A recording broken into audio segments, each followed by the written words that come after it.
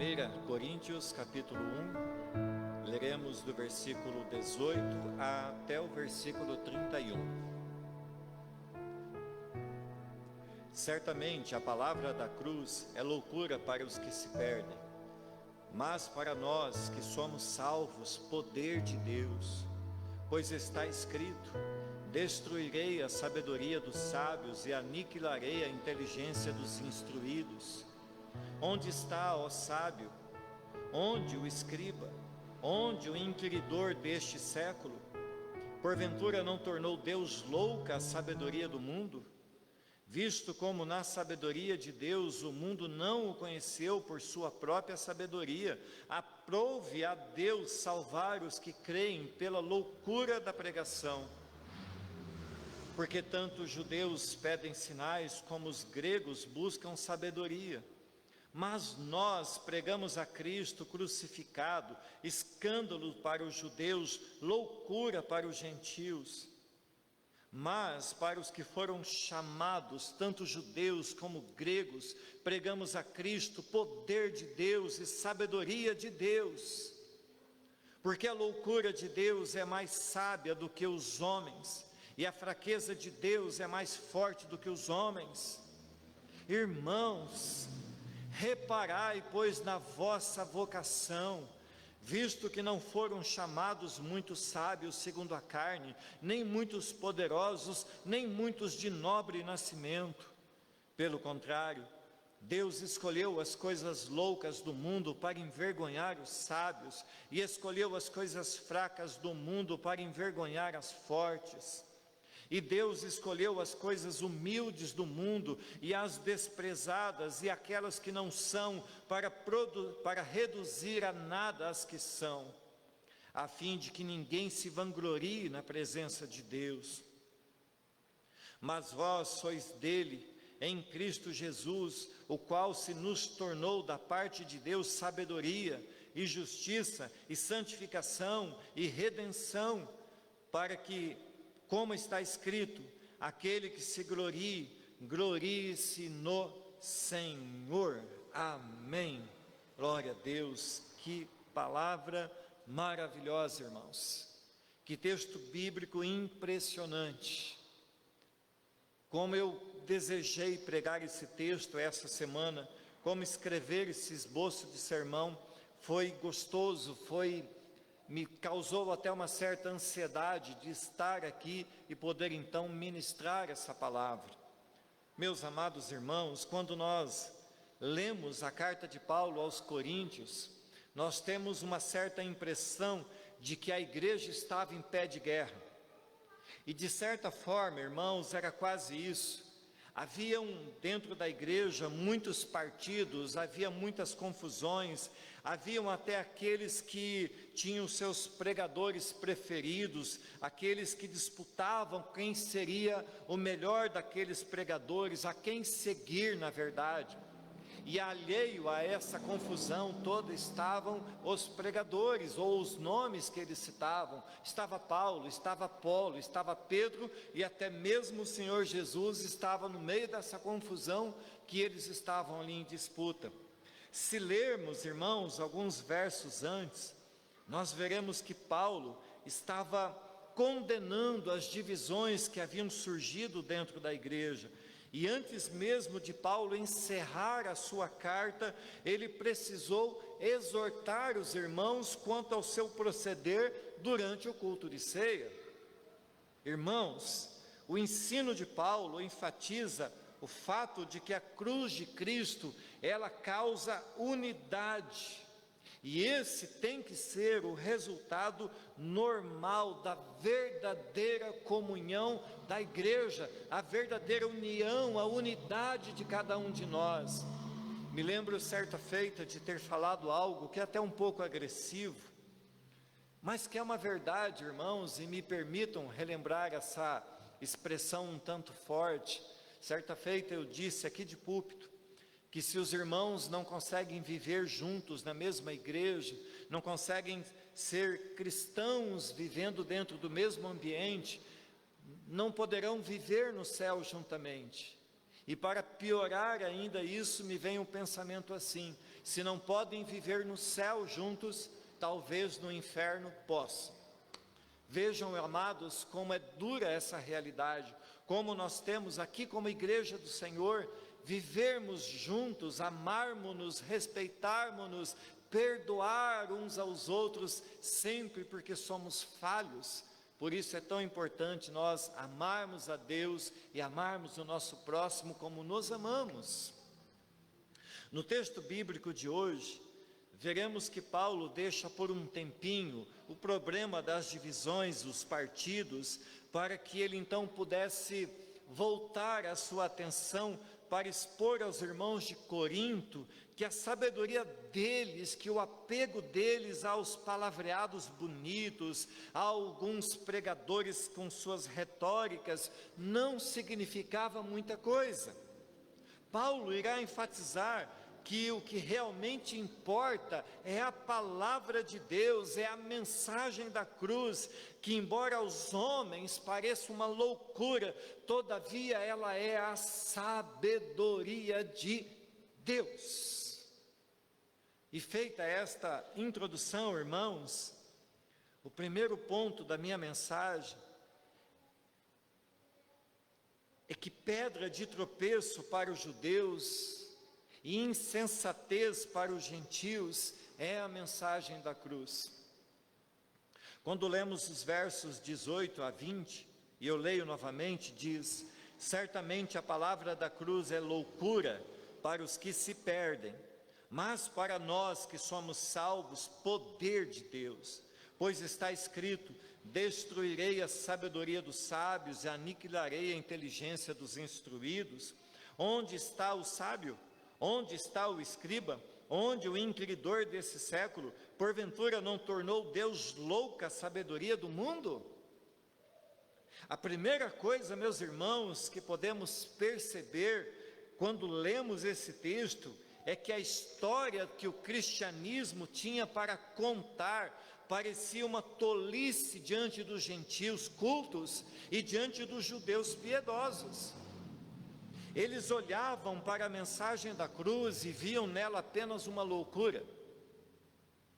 Quando Paulo esteve preso diante do rei Agripa e do governador Festo, após testemunhar a sua experiência com Jesus Cristo, e ele ali falando, então Festo o interrompe e diz assim: estás louco, Paulo?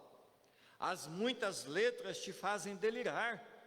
Paulo, porém, respondeu: não estou louco, ó excelentíssimo Festo, pelo contrário, digo palavras de verdade e de bom senso. Meus irmãos, não é de hoje que a mensagem da cruz é vista como um delírio, como uma loucura, como uma insensatez. Por isso que muitos hoje evitam pregar o evangelho como tem que ser pregado.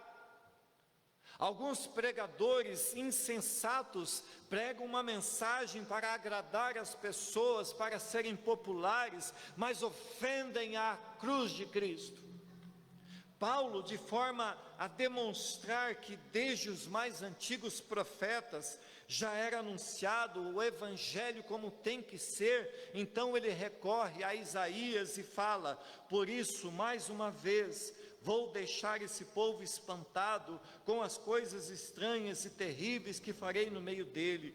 Com toda a sua sabedoria, os seus sábios não poderão explicá-las, e o conhecimento dos que são instruídos não adiantará nada.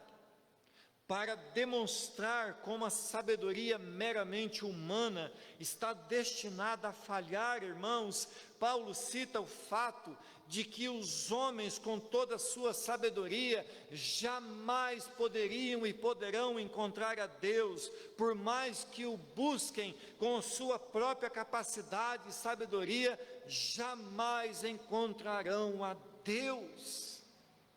E essa, amados, é a mensagem da cruz.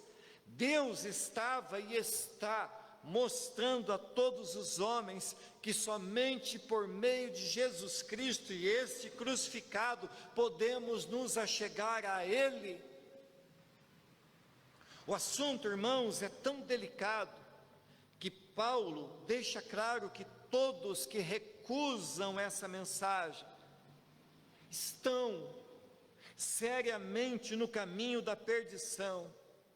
Mas para aqueles que creem nessa mensagem, essa mensagem é o poder de Deus. Mas por que, irmãos, é tão difícil, ou era tão difícil para os judeus aceitar a mensagem da cruz? E nós podemos ver pelo menos duas razões. Eles não podiam crer que alguém que tinha morrido sobre uma cruz pudesse ser o ungido de Deus. Eles olhavam para a lei que dizia: aquele que for pendurado no madeiro é maldito. Para eles, o fato de Cristo ter sido crucificado provava que ele não era filho de Deus. Os seus olhos estavam tão cegos, até mesmo para que eles enxergassem que os escritos que eles tão bem conheciam estavam anunciando um Cristo que seria crucificado.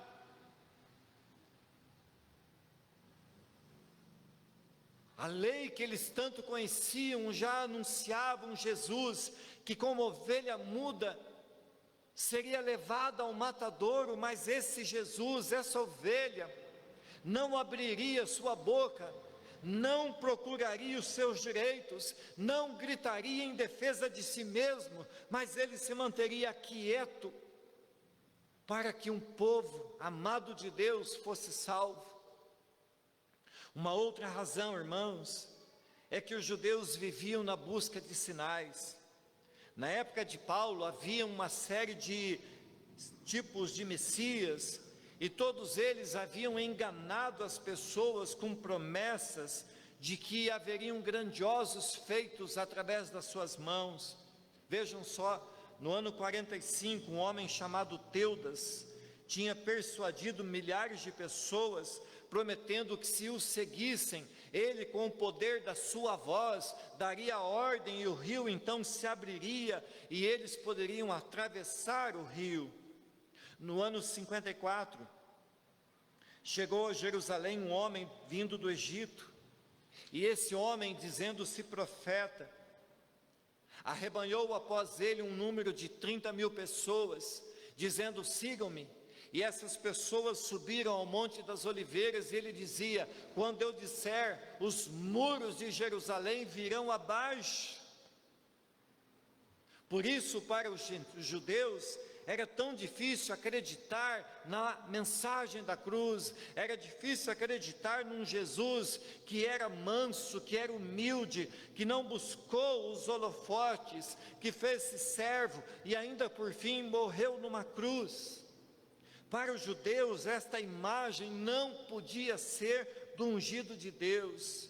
Eles não conseguiam ver que o maior de todos os sinais era o Cristo ressurreto. Também, irmãos, para os gregos, a mensagem da cruz era uma tolice, e também para eles podemos citar duas razões.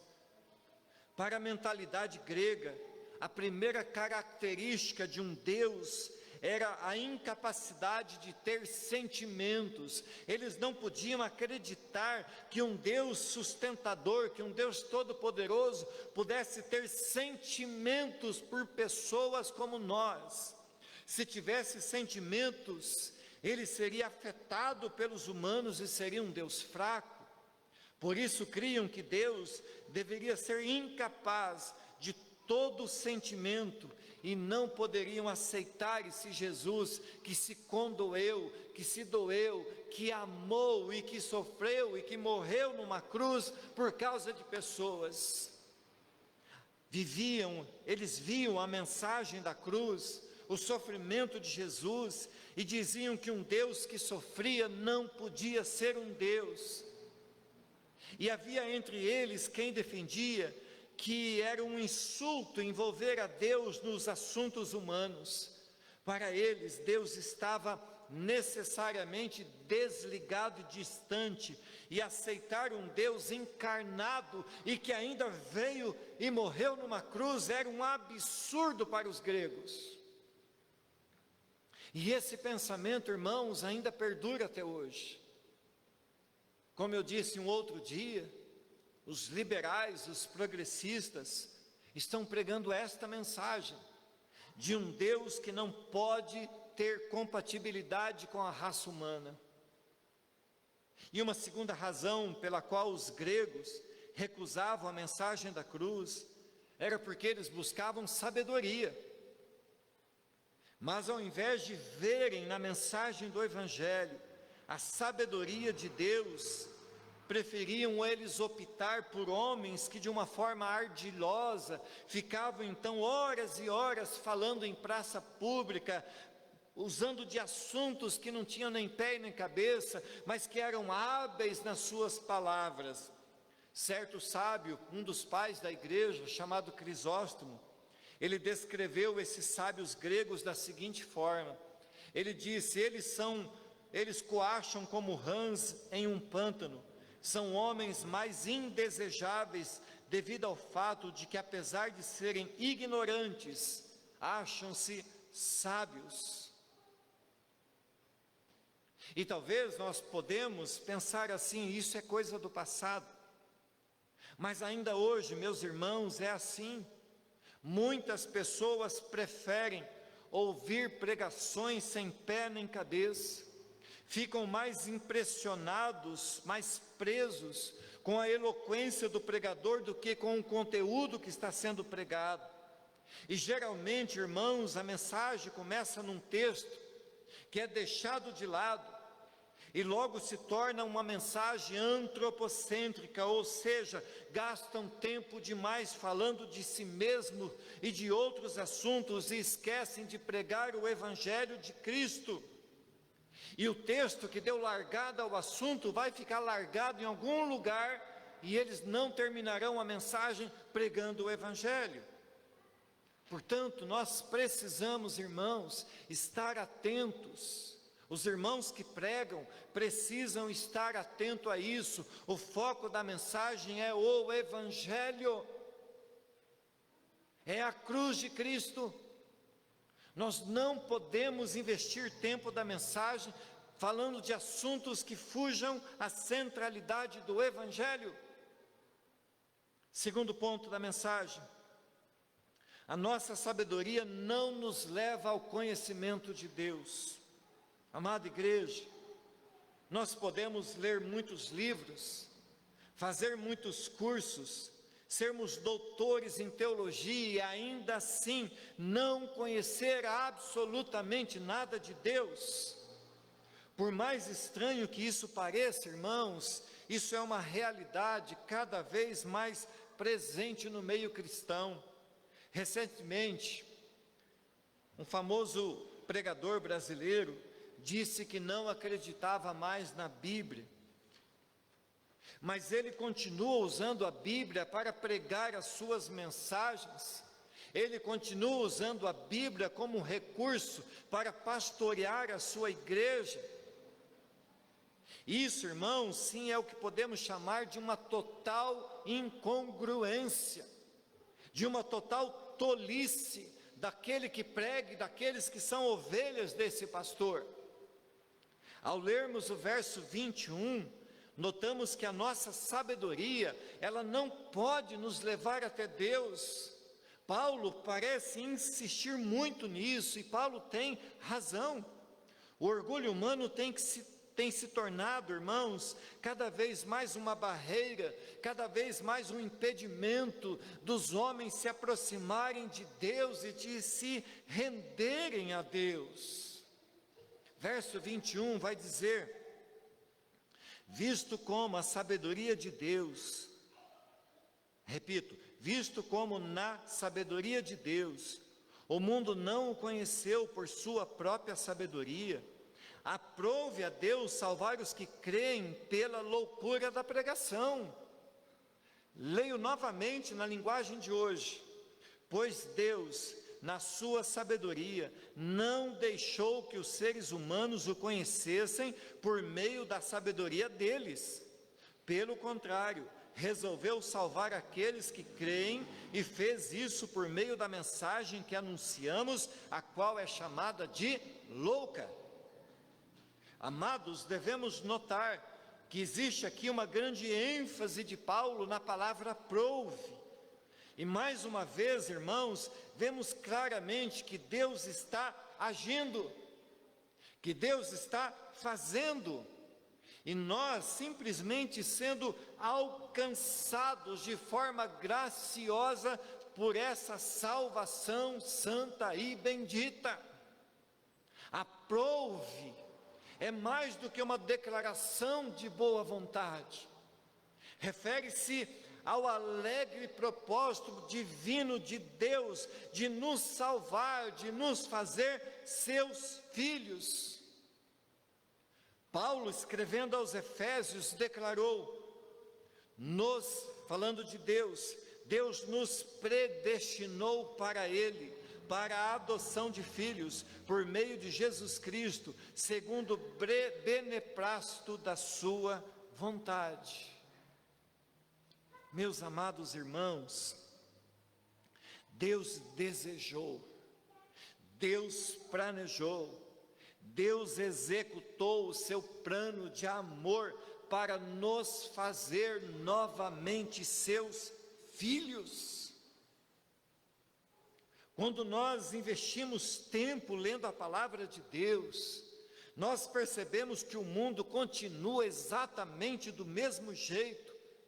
Só mudaram as coisas que estão no mundo, mas irmãos, no fundo, as pessoas possuem as mesmas características de sempre, pensam e agem da mesma forma que pensavam e que agiam há 2000 anos atrás, continuam com as mesmas manias, com os mesmos desejos, que tinham lá na época que eles estavam refutando a mensagem da cruz diante de Paulo. E essa, irmãos, é a minha impressão. Eu não posso achar que todos concordem comigo, mas irmãos, quando eu leio o verso 22 que diz, porque tanto os judeus pedem sinais, como os gregos buscam sabedoria, amados, eu tenho a mais nítida impressão de que eu estou muito próximo de estar certo na minha opinião.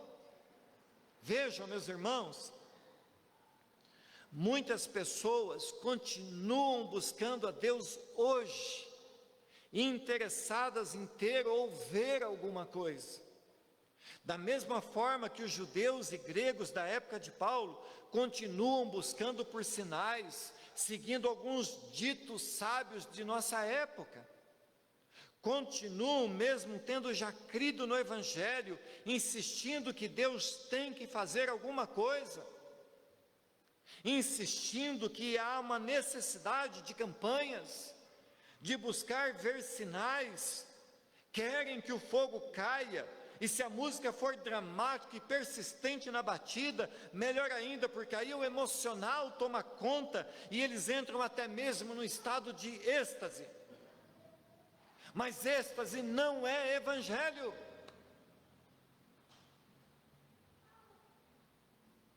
Evangelho é mudar de vida, é transformar a nossa vida. Não adianta ter extremeliques e sentir alguma coisa, nós temos que ter a vida transformada. Mas o pior, irmãos, de tudo isso, eu conversava ali com a irmã, o pior de tudo isso, que há aqueles que ensinam e pregam esses movimentos, esses delírios, onde as pessoas são enganadas por seus sentimentos e emoções, fazem-se tolos diante de pregadores tolos, e aonde dará tudo isso? Aonde acabará tudo isso? Só podemos clamar a Deus que Deus tenha misericórdia.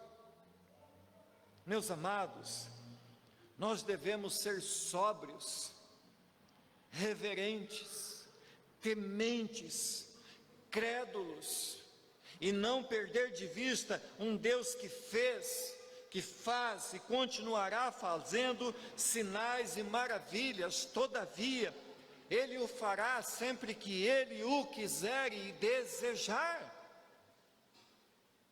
E mesmo que não vejamos nada, nós devemos olhar para nós mesmos e perceber o milagre, o maior milagre do mundo que somos nós. Amados irmãos, a nossa conversão, a nossa salvação, ela é indescritivelmente maravilhosa.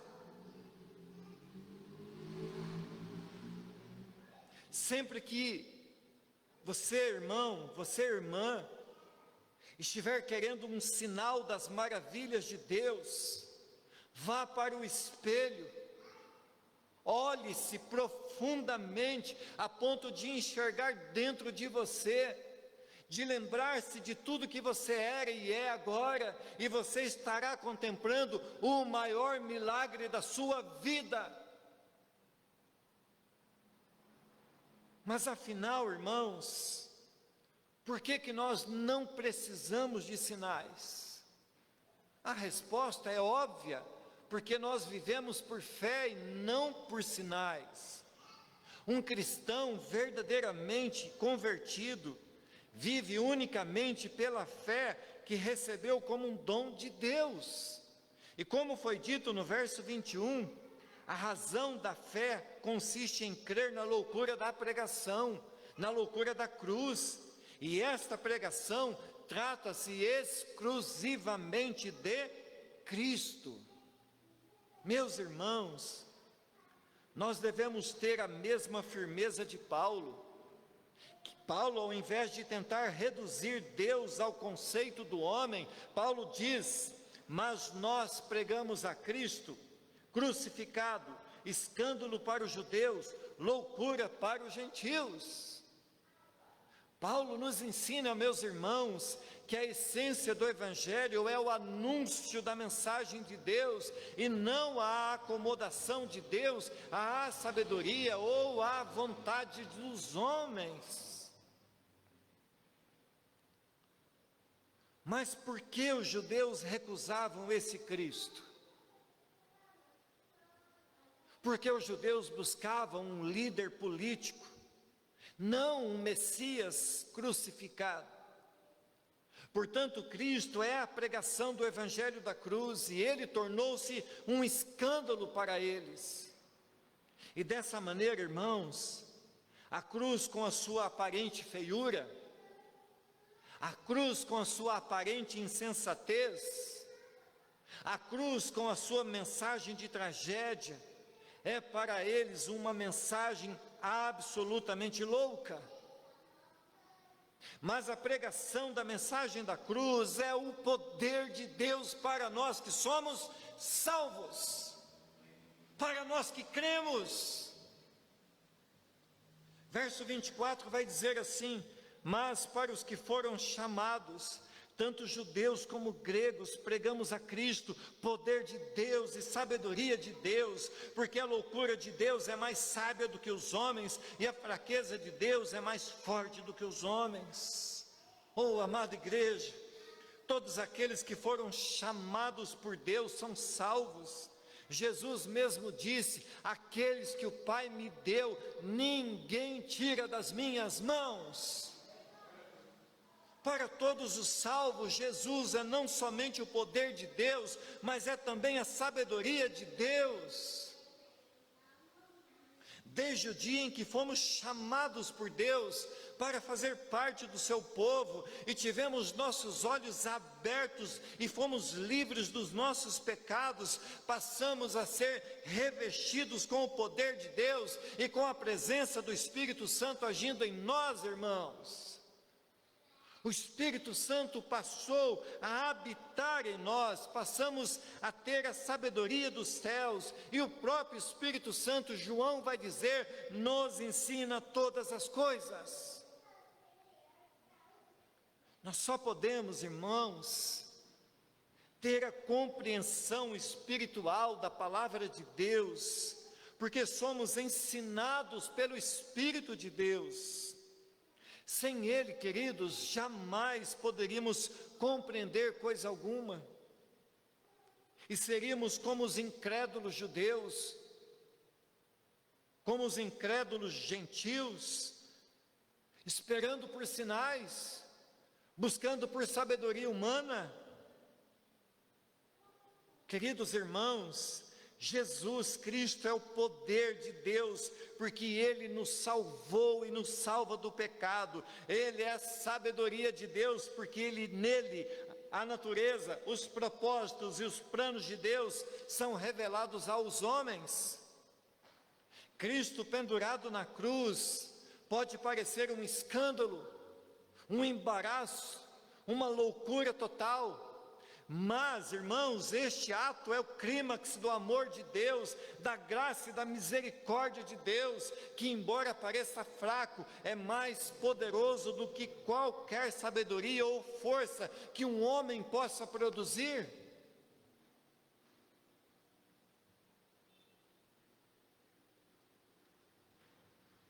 Meus amados, eu já vi testemunho de homens sábios, homens doutores, conhecedores das letras, formados em muitas filosofias, que estudaram a Bíblia com muito afinco, que se formaram em várias áreas da teologia, mas um dia eles testemunharam que uma letra saltou aos olhos dele e eles se converteram, porque não era o seu conhecimento, era a palavra de Deus, irmãos. Lembro-me aqui de Agostinho, um dos pais da igreja, que embora fosse um doutor, um dia ele lendo ali angustiado, sem ter muitas esperanças, um dia ele leu uma passagem de Romanos, que falava da salvação pela fé, e ele diz em seu testemunho, dizendo, foi como que um influxo de luz entrasse dentro de mim, e minha vida mudasse.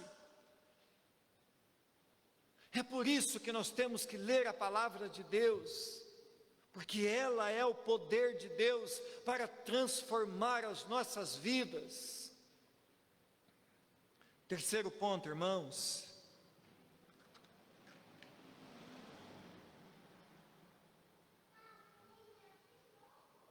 há um chamado para a salvação. Eu não vou ler novamente, mas do verso 26 a 31, fala desse chamado, fala dessa busca de Deus por nós e desse amor de Deus por nós. Percebam, irmãos, que depois que Paulo deixa muito claro o que era a mensagem da cruz, então nos versos de 26 a 31, ele chama os irmãos de Corinto, põe os irmãos de Corinto como que no canto da parede, e Paulo claramente está dizendo aos irmãos da sua igreja, que ali mesmo não havia entre eles nem muitos sábios e nem muitos poderosos. Vejam, meus irmãos, que Paulo chama a atenção dos coríntios para que eles reparassem na salvação deles, que isso era um ato única e exclusivamente vindo da graça de Deus. Certo homem chamado John Allen, em suas últimas palavras no leito de morte, esse homem era do exército da salvação, ele disse assim: eu mereço o inferno, eu devia estar no inferno, mas Deus interferiu. Será que nós, irmãos, não podemos dizer a mesma coisa? Nós temos que reconhecer isso, irmãos. O nosso único merecimento era o castigo eterno, mas Deus interferiu, agiu graciosamente na nossa vida e nos deu paz, e nos lavou, e nos amou, e nos salvou, nos redimindo, e nos lavando e perdoando dos nossos pecados. Paulo não está intimidado com alguns poucos poderosos e ricos irmãos, tampouco pela grande maioria da igreja, que era de pessoas pobres, simples e humildes. Por isso Paulo está escrevendo que Deus escolhe as coisas loucas do mundo para confundir as sábias. E de forma muito clara, irmãos, A Bíblia está nivelando todos os homens debaixo da mesma medida. Ninguém era digno, todos estavam debaixo do mesmo pecado. Quer fossem ricos, quer fossem pobres, todos estavam distantes de Deus. Portanto, meus amados irmãos, não é exagero algum dizer que Deus escolheu as coisas loucas deste mundo. Como diz o verso 29, jamais poderemos nos gloriar na presença de Deus. Toda glória por nosso chamado à salvação pertence unicamente a Deus. Nunca poderemos dizer: olha Deus, o que eu fiz para estar no céu, olha como eu fui um bom músico, como eu fui um bom pregador, como eu fui fiel na igreja. Jamais poderemos, irmãos, nos gloriar diante de Deus, porque toda glória, e toda honra e todo louvor pertence a Deus. A sua obra a meu favor, a seu favor, foi pura graça, pura misericórdia, puro amor. Amém, irmãos? E para concluirmos, ou caminharmos à conclusão, Paulo encerra a sua carta fazendo algumas considerações, e essas considerações, irmãos, precisam também ser importantes para nós. Ele vai falar de 4 grandes e importantes coisas a respeito de Cristo. Primeira, Cristo é sabedoria. Só seguindo a Cristo caminhamos corretamente, e só ouvindo-o ouviremos o que é verdadeiro. Segunda coisa, Cristo é justiça. Nos escritos de Paulo, justiça significa sempre uma relação correta com Deus, algo que nunca poderemos obter por nossos próprios esforços. Toda a justiça que nos foi imputada provém somente de Jesus Cristo. Então, irmãos, quando olhamos para isso, damos conta de que não poderemos fazer nada para obter justificação diante de Deus, mas em Cristo somos justificados. Terceira, Cristo é consagração. Cristo é santificação. Só na presença de Cristo a vida pode ser o que deve ser. Meus irmãos, nós devemos caminhar sempre conscientes de que os olhos do Senhor percorrem por toda a terra, e que nunca, jamais poderemos achar um lugarzinho para nos escondermos de Deus. O cristão, ele caminha debaixo dos olhos de Deus, na companhia de Deus. É impossível, irmãos, que alguma coisa possa fazer com que nos escondamos de Deus. Portanto, andar com Cristo no processo da salvação, no processo da santificação, é ter a graça de Deus constantemente, o sangue de Cristo constantemente nos purificando e nos santificando diante da presença de Deus. E quarta e última coisa, Cristo é redenção.